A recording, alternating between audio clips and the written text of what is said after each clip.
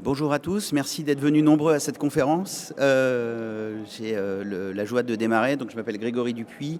J'ai effectivement en charge le marketing pour Framatome Cyber Security et les ventes en Europe.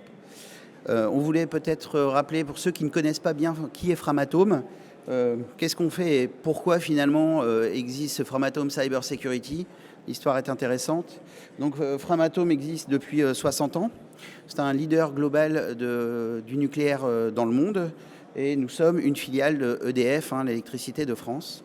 On est 17 000 employés et représente 4 milliards d'euros de chiffre d'affaires. Nos activités donc, sont diverses au sein de l'entreprise. Elles vont de l'engineering, la gestion de grands projets, l'instrumentation et le contrôle, puisque nous avons nos propres systèmes d'INC que nous produisons et commercialisons. Et de facto, le fuel, donc tout ce qui sert à alimenter les centrales nucléaires. Alors pas le mining, uniquement la gestion du fuel, une fois qu'il a été miné. Et enfin, la division dans laquelle Laurent et moi travaillons, qui est base installée. Alors base installée sert un certain nombre de clients dans le monde au titre de mainteneur. Et donc on a cette culture de la maintenance en conditions opérationnelles et par extension la maintenance en conditions de sécurité des assets qui sont posés dans les centrales pour des décennies. L'idée de créer cette structure Framatome, cette solution line Framatome Cyber Security, c'était de dire on a des challenges qui nous attendent et ces challenges vont nous obliger à considérer la cyber à un autre niveau que ce qui a été fait quand on a construit les premières centrales en 1960, puisque la digitalisation touche aussi notre industrie et l'industrie des électriciens de manière générale. Et il était important pour nous de mobiliser les 3 P, People, Process, Product, qu'on puisse gérer et définir notre avenir sans dépendre des autres. Or, de par la construction de notre métier, on est sur des projets qui peuvent durer des décennies et mobiliser des équipes qui sont très demandées sur le marché pendant des durées de temps comme ça était compliqué. On s'est dit, on va capitaliser sur l'expérience qu'on a de la défense en profondeur et de la sécurité des infrastructures techniques pour assembler ça dans une solution line et mettre à disposition de notre secteur, l'énergie, mais plus généralement tous les gens qui ont les mêmes problématiques que nous, de maintien en conditions de sécurité, de grosses infrastructures plutôt lourdes avec des réglementations fortes, de manière à leur amener ce savoir-faire qu'on a isolé dans cette division et qu'on va vous présenter avec Laurent aujourd'hui, ce qui va nous amener au thème de comment on gère le maintien en conditions de sécurité basé sur l'approche des risques. Donc aujourd'hui, on est 200 personnes dans ces divisions. Hop. Je reviens dessus. Donc, ces divisions sont composées essentiellement de 2 structures principales. La première, suite à l'acquisition d'une société américaine qui s'appelle FoxGuard Solutions.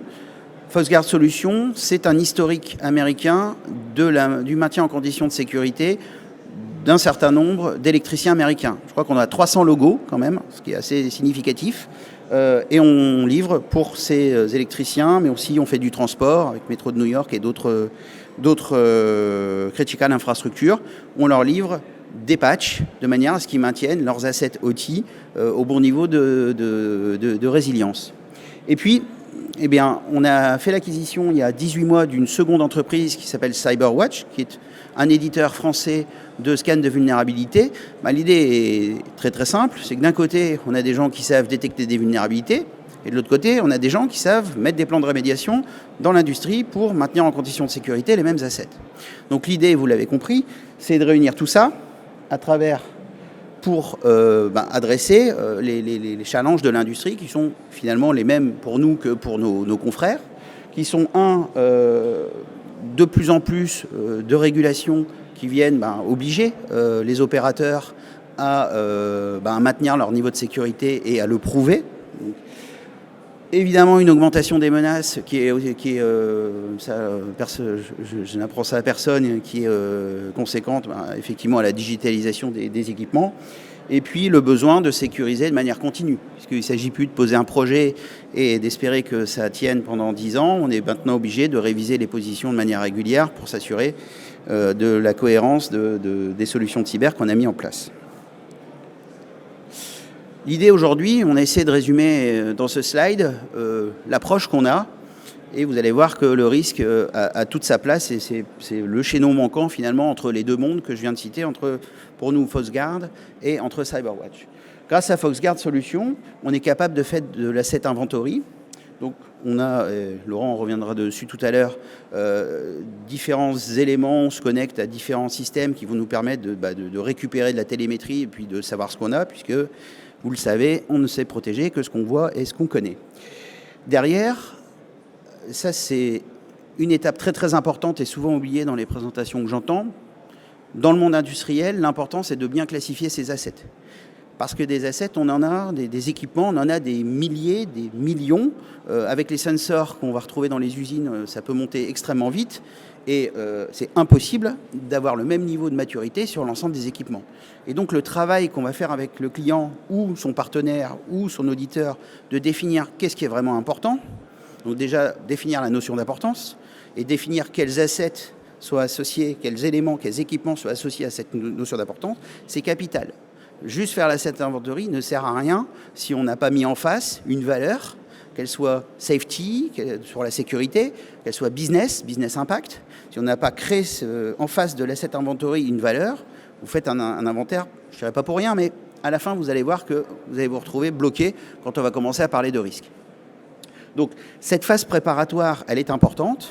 On a des cas d'usage en France, notamment au sein du groupe, de gens qui auront pris le process brique par brique. Ils sont passés dans l'ensemble des usines, ils ont fait un asset inventory, ça a duré 3 ans. Et puis maintenant, ils sont dans cette phase où on classifie la valeur de chaque asset et de l'impact qu'il pourrait avoir en cas d'attaque. Et puis l'idée, vous l'avez compris, c'est de filtrer. À un moment, on va se concentrer sur ce qui est important. On a 2 approches. Une approche de masse et une approche un peu plus qualitative. L'approche de masse, c'est l'approche du scanner de vulnérabilité que vous connaissez. Là encore, la petite différence de CyberWatch par rapport à l'écosystème, c'est qu'on est on n'est pas tellement cloud dans le nucléaire, donc on est plutôt on-prem, sur des architectures très standards, faciles à déployer, mais plutôt près de l'usine plutôt que dans le cloud. Et surtout la capacité d'être assez léger pour vraiment, et tout terrain. Alors tout terrain, ça veut dire quoi? C'est-à-dire qu'on est capable, et on reviendra dessus, de scanner de différentes manières. Je reviendrai sur le sujet, Laurent reviendra sur le sujet tout à l'heure. Ça, c'est une approche assez massive, et d'ailleurs, dans l'industrie, dès qu'on va parler de scanning, souvent, on va avoir des débats qui vont commencer. Est-ce qu'il faut scanner, est-ce qu'il ne faut pas scanner, safe query, etc. On peut avoir des débats toute l'après-midi sur le sujet. Mais à la fin, c'est une méthode pour quand même être capable de détecter des assets. Pour autant, et surtout dans nos métiers, on a aussi l'habitude d'avoir beaucoup d'équipements qui ne sont pas connectés ou qui sont connectés derrière justement des équipements de type diode qui vont empêcher de pouvoir scanner, parce que par définition, le but du jeu, c'est qu'on ne puisse pas les atteindre. Et donc, qu'est-ce que je vais faire de ces équipements? Deux méthodes, soit on va utiliser une technique de CyberWatch pour contourner le sujet, Laurent reviendra dessus tout à l'heure, soit tout simplement, je ne peux vraiment pas atteindre l'asset, et puis à ce moment-là, je vais faire du déclaratif. J'ai un asset très important, je sais ce que c'est, Siemens S7, XYZ, je le note, et je vais le donner à un prestataire qui va le surveiller en offline pour mon compte. Surveiller, ça veut dire quoi? C'est vérifier auprès de l'éditeur si oui ou non il y a des vulnérabilités et surtout des patchs de sécurité qui ont été divulgués. Pourquoi c'est plus fin? C'est puisque nous, on part du principe où quand vous passez un scanner de vuln, il va se référer à une base de données de vuln qui sont connues. Donc voilà. Mais souvent, l'éditeur qui publie un patch va attendre 2-3 mois avant de faire le disclosure, donc l'information du public sur la vulne. En regardant le sujet par l'entrée, par le patch et non pas par la vulne, vous gagnez 2-3 mois sur l'exposition de sa vulnérabilité à la communauté. Alors on ne peut pas le faire ça sur des millions d'assets, parce qu'il y a une partie de travail qui est automatique. Quand vous travaillez avec du Microsoft, du Cisco, c'est facile de récupérer les flux. Quand c'est des petits OEM qui n'ont pas la maturité des grands éditeurs que je viens de citer, c'est du manuel. Donc ça veut dire que nos équipes passent sur les sites, vérifier si oui ou non, pour tel asset, il s'est passé quelque chose, et on génère un rapport. Tout ça donne beaucoup de données, puisque on a nos assets, on a les règles sur les assets, on a les vulnes, est-ce qu'il y a des patchs ou pas. Donc l'idée, c'est de justement venir compiler on refera un focus tout à l'heure sur ce sujet, dans ce qu'on appelle, nous, un decision tree, un arbre de décision, puisque, en fait, la vraie difficulté de notre métier, et a fortiori dans l'industrie et dans les critical infrastructures, les infrastructures critiques, la vraie difficulté, c'est par quoi je commence. Puisque si vous prenez juste un scan de vulne, tout est rouge. C'est le grand principe. Donc souvent, ce n'est pas très utile. La question, c'est qu'est-ce qui est plus rouge que le voisin. Et c'est en corrélant l'ensemble des éléments que je viens de citer qu'on va commencer à pouvoir monter cet arbre de décision. Derrière, on va travailler avec le client, son équipe et ou un prestataire pour définir un plan de rémédiation. Et puis là, il y a deux scénarios. Soit il y a des patchs qui sont disponibles, soit il n'y a pas de patch disponible. Souvent, c'est binaire. Alors, si les patchs sont disponibles et si la fenêtre de maintenance le permet, on rentre dans un processus qui va être l'application du patch et on a des différents outils pour aller récupérer le patch de manière sécurisée, le distribuer à toutes les usines et l'envoyer dans une seringue qui pourra pousser le dit patch sur l'asset. Ça, on sait bien faire, on a des workflows assez bien établis pour aller jusqu'au bout. Évidemment, il y a toujours des exceptions aux règles, mais l'idée, c'est d'essayer de gérer la masse le plus simplement possible. On a d'ailleurs, pour garantir un maximum de résilience et de sécurité sur ce genre d'opérations qui sont toujours extrêmement critiques, déjà des process, on ne touche pas une machine si elle n'est pas backupée, on commence par la machine de spare, etc. Enfin, ça, c'est quelque chose d'assez standard chez nous.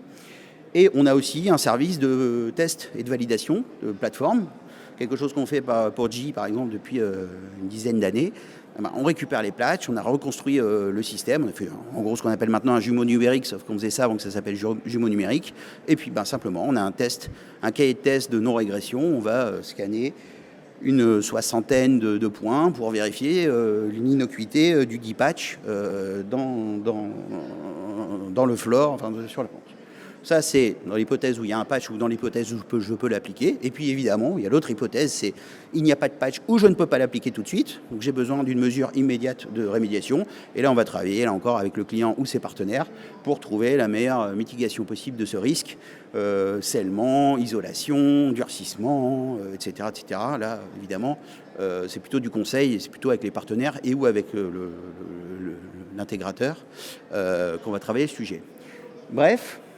Je vous ai décrit en fait le processus, mais finalement ce qui est important dans ce processus et ce qui va vraiment faire que le programme fonctionne, c'est qu'on est capable de bien organiser le plan.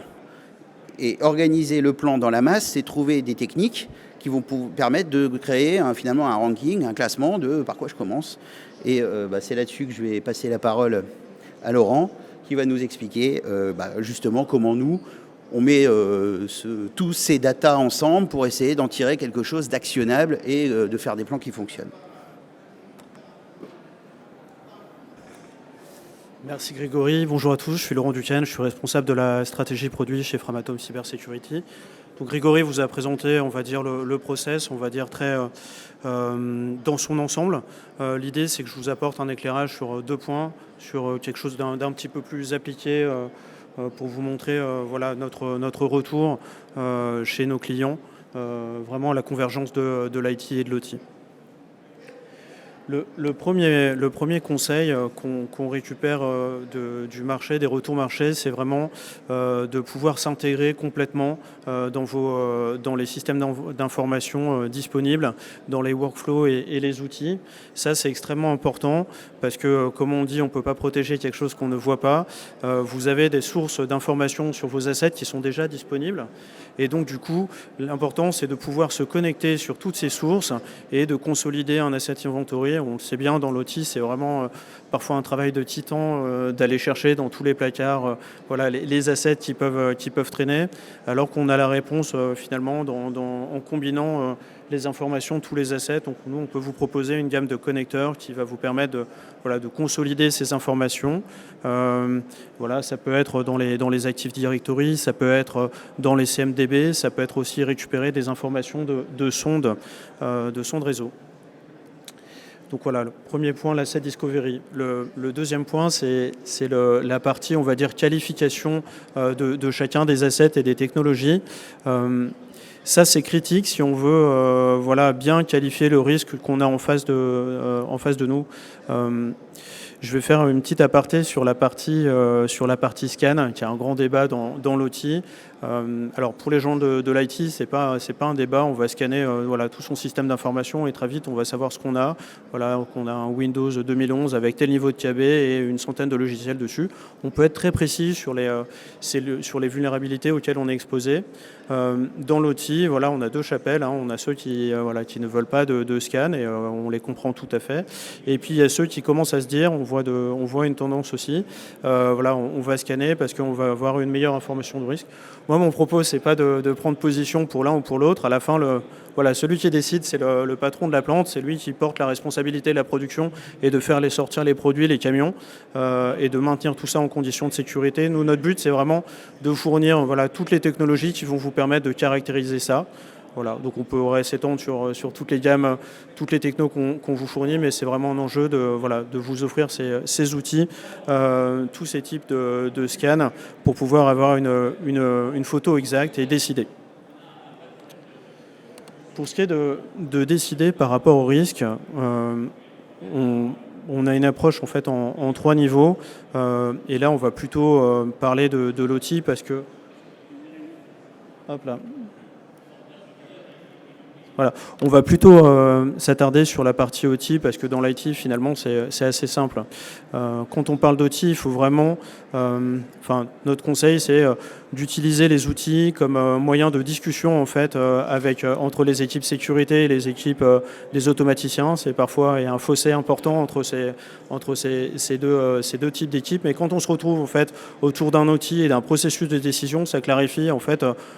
ça fluidifie beaucoup les échanges et ça permet de créer des ponts finalement et de construire une confiance et des canaux de discussion. Voilà. Donc nous, notre process de priorisation, on l'appelle priorisation 3D. On est sur des choses très classiques au départ d'IT avec les scores CVSS. On rajoute des infos sur l'exploitabilité. Mais en fait, la clé, quand on va parler avec des personnes... des automaticiens, ça va vraiment être de mettre du contexte autour et de pouvoir classifier des groupes d'assets, les lier avec des réalités physiques. Et on a vraiment insisté là-dessus dans nos outils pour pouvoir, moi j'aime bien l'exemple du camion qui est dans une usine de chimie et on doit remplir ce camion et donc pour contrôler le niveau de fluide qu'on met dans le camion, et on a la balance qui pèse les camions.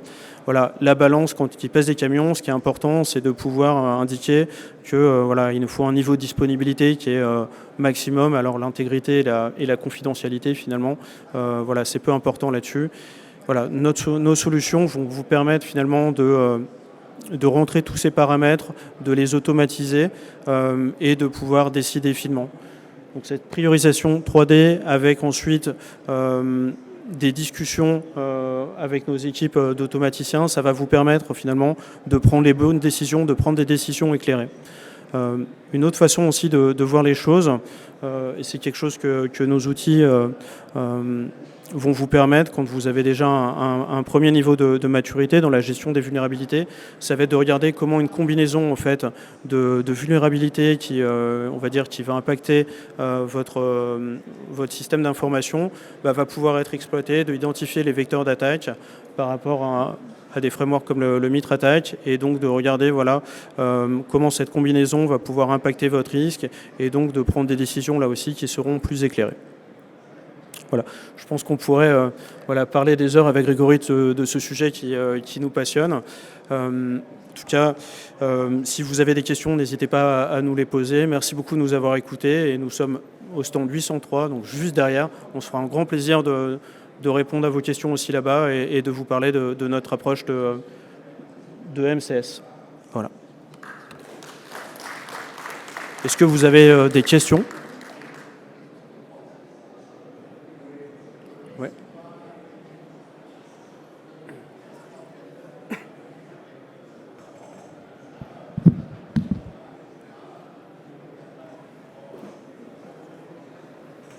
Merci. Vous avez attisé ma curiosité à savoir pourquoi il y a deux écoles avec scanner ou pas. En fait, c'est quoi les avantages, les inconvénients et pourquoi ça crée comme ça deux écoles vraiment au niveau des TO? Ouais, en fait, c'est assez simple. Dans l'IT, dans l'OT, les équipements sont liés à des process physiques, tout simplement. Et donc du coup, il y a des types de scans qui peuvent être assez agressifs.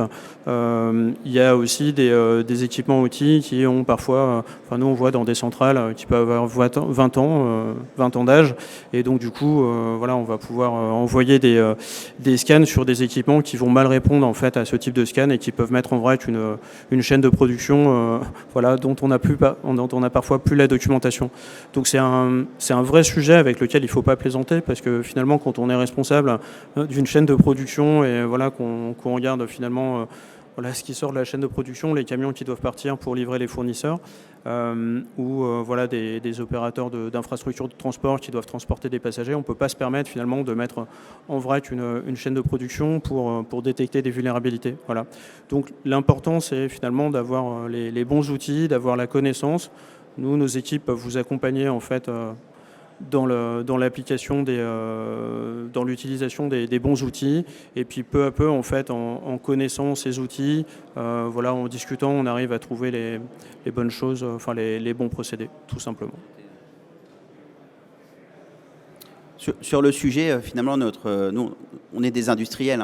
Ce qui nous intéresse, là encore, je le disais en préambule, c'est pas de savoir que tout est rouge, parce que finalement, quand vous passez un outil de vuln, quelle que soit la marque, des vulnes, il y en a partout. Quand rien n'a été patché depuis 10 ans, forcément, ça peut pas être la clé d'entrée en fait. Nous, ce qui nous intéresse, c'est de régler les problèmes. Donc la question, c'est comment je fais un plan et qu'il soit actionnable, et surtout sur des durées extrêmement longues. Donc on est obligé de trouver des approches programmatives pour dire ok, je vais maintenir cet équipement 30 ans. Donc by design, il était secure le jour où on l'a livré. Alors, des fois, il y a même des histoires où on livre des équipements, mais les chantiers durant 20 ans, et quand on l'implémente, il est déjà obsolète. C'est-à-dire qu'il est déjà plus supporté par le constructeur qu'il a livré 10 ans avant. C'est des cas que j'ai pu voir. Donc, on a vraiment ces considérations. Le patch n'est pas la réponse absolue, puisque dans ces conditions, il n'y a pas de patch. Donc, l'isolation, la ségrégation, il y a différents débats avec différentes personnes, mais dans l'hypothèse où on est quand même dans une société 4.0 qui va avoir, alors, je ne sais pas si vous avez entendu parler du Cyber Resilience Act en Europe. Je vous invite à jeter un coup d'œil à ce texte qui va rentrer l'année prochaine en Europe, et qui va obliger en gros les équipementiers d'outils de sécurité, en fait tout éditeur de logiciel qui soit dans de l'embarqué ou qui soit un logiciel en propre va avoir l'obligation d'être livré exempt de vuln. Donc il y aura, si c'est un jouet, finalement, ils vont s'auto-certifier. Si c'est des pare-feux qui sont dans des critical infrastructures, ça sera des tiers qui vont certifier ces équipements. Et ils ont aussi l'obligation de le maintenir en conditions de sécurité pendant 5 ans. Donc ça va être une obligation réglementaire en Europe pour qui veut bien livrer du matériel européen. Je pense que c'est un vrai changement de stratégie. On disait qu'avant, finalement, si j'allais acheter un réfrigérateur, il était garanti 2 ans, je pouvais le ramener. Si je sais pas, Microsoft, pour me donnait un Windows qui avait un bug, j'étais dépendant je ne pouvais pas aller le ramener au magasin en disant il y a un bug, j'en veux plus. Et donc finalement, il y avait une espèce de, je trouve pas le mot en français, discrepancy entre du matériel qui était garanti et puis du logiciel où en gros on faisait bien ce qu'on veut, etc. Donc il y a quand même un changement de paradigme, et donc on va quand même rentrer, ça va forcer le changement d'état d'esprit des gens qui livrent des solutions et vont être obligés de les maintenir.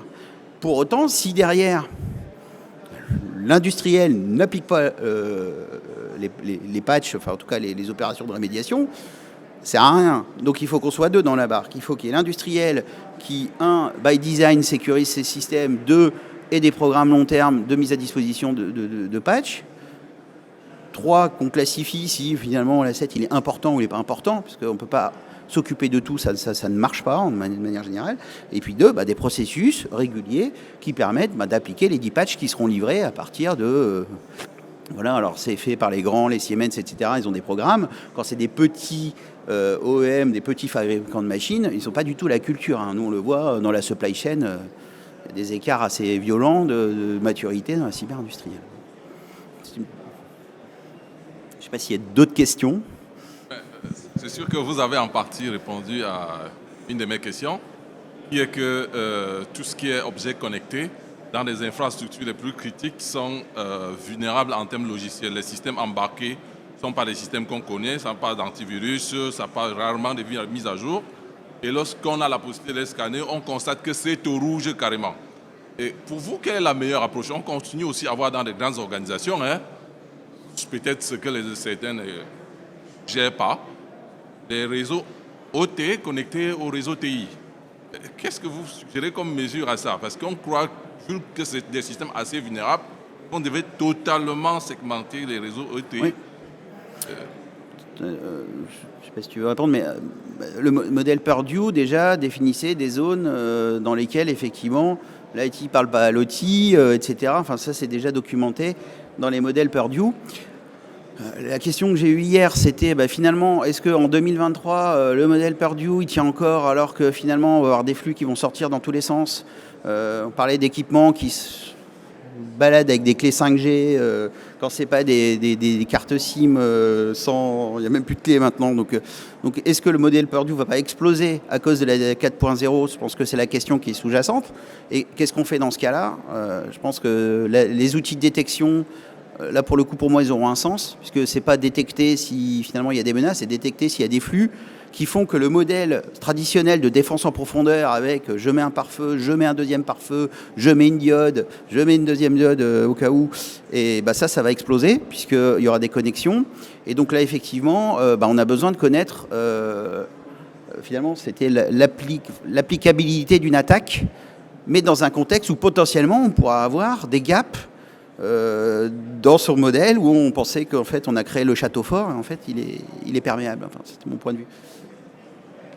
Est-ce que tu veux rajouter ? Oui, je pense que quand même en 2023-2024 on a maintenant la connaissance sur tous les risques auxquels on s'expose et donc du coup je veux dire toutes les architectures secured by design, une façon de concevoir une usine 4.0, on va dire bien segmentée, est connue et quelque chose qui est plutôt simple à faire. Donc notre conseil serait quand même de partir, de prendre en compte la sécurité dès la conception de l'usine, d'une chaîne, parce que quand on le fait après, c'est compliqué. Après, on sait qu'une usine, sa vie, une chaîne de prod, sa vie, et qu'on aura peut-être des changements, mais quand même le conseil principal, c'est maintenant on sait faire du secure by design, on connaît les architectures, c'est bien de cloisonner certaines choses, et quand on fait ça dès le démarrage, ça simplifie beaucoup de choses par la suite.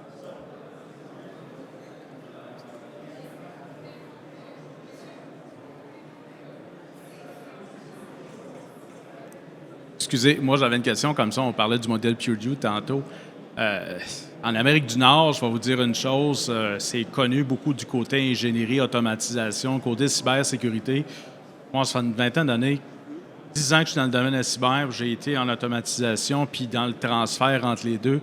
C'est pas quelque chose que les gens connaissent. Puis s'il serait vraiment bien appliqué, il y aurait déjà un niveau de cybersécurité qui viendrait avec. Tu sais? Mais souvent, quand les gens veulent passer d'une zone à l'autre, puis ils le font de n'importe quelle manière, on se tire un câble entre la zone 3 et la zone 2, puis merci, bonjour, on règle le problème TI. C'est pas une approche. Malheureusement, dans le 4.0, ici, au Canada, on le voit, là. C'est qu'il y a un manque à quelque part, là.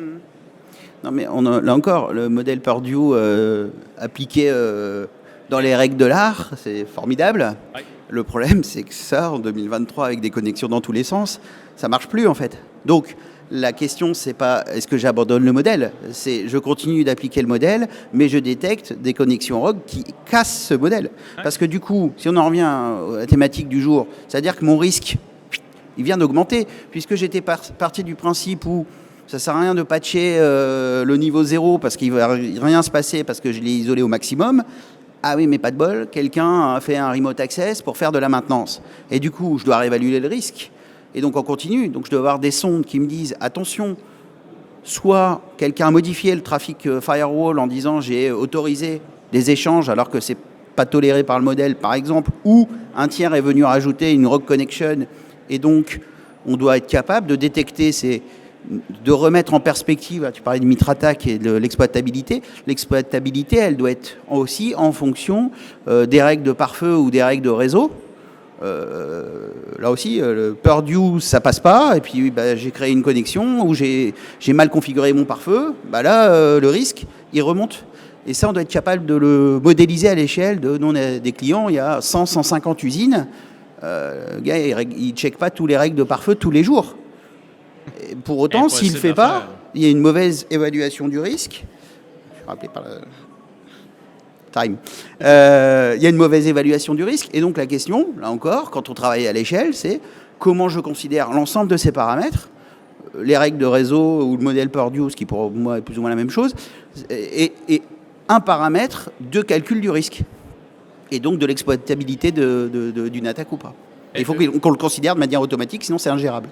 Une des choses que j'aimerais qu'on regarde éventuellement dans le futur, moi, c'est d'avoir des gens qui comprennent ce fameux no man's land entre les deux domaines, que les gens fassent des efforts de comprendre ce qui se passe de l'autre bord. T'sais. Une bonne vieille protection électromécanique, comme quelqu'un expliquait hier, qui te permet mécaniquement d'empêcher qu'une bouilloire explose, ça devrait être pensé, puis pensé dans la cybersécurité, même si ça n'a rien à voir avec l'informatique.